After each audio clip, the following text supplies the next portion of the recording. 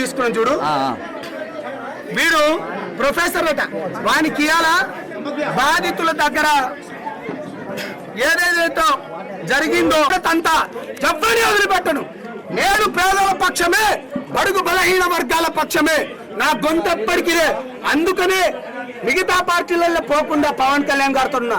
అటువంటి నన్ను కూడా, నా పార్టీని కూడా బయటికి, ఆ సింగరేణి కాలంలో గుట్కగాడు, అరే వాడు దొరికితే మీరు ఏం చేస్తారన్నా? వాడు ఏం చేస్తారన్నా? వాళ్ళకు డబ్బులు ఇచ్చి వీళ్ళట మీరు డబ్బులు ఇవ్వాలట, కొనుక్కున్నది కాదు ఇచ్చి కొనుక్కొని మాట్లాడి కాదు, మీరంటే డబ్బులు ఇవ్వాలట కదా. కాదు మరి మీరంటే డబ్బులు డబ్బులు ఇచ్చినాం, మీరంటే డబ్బులు ఇవ్వాలట. చేతులలో అధికారం గిట్ట ఉంటే అంటే సార్ ఇక్కడ తప్పు ఎవరిది అంటారు? నమ్మించి మోసం చేసేవాడికి 100 దారులు ఉంటాయి. నువ్వు ఎంతవరకు నమ్మాలి, ఎంతవరకు డబ్బు ఇవ్వాలి అన్నది నీ దగ్గర ఉంటుంది. అంటే నువ్వు కూడా తప్పు చేసావా? లేదు అంటే వాళ్ళే తప్పు చేశారని అంటారా? అంటే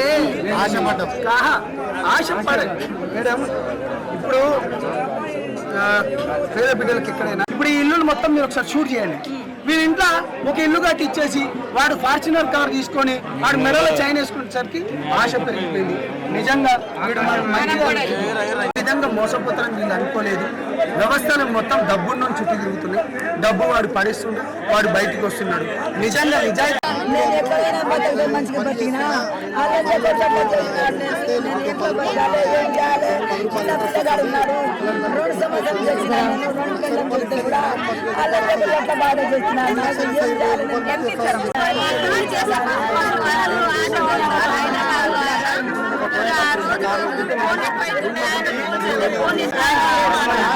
అంటే డబ్బులు ఇచ్చాను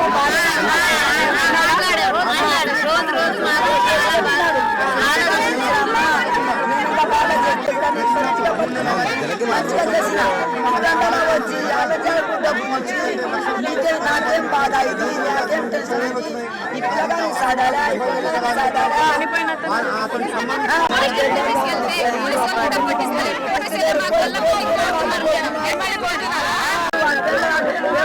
చూస్తారు.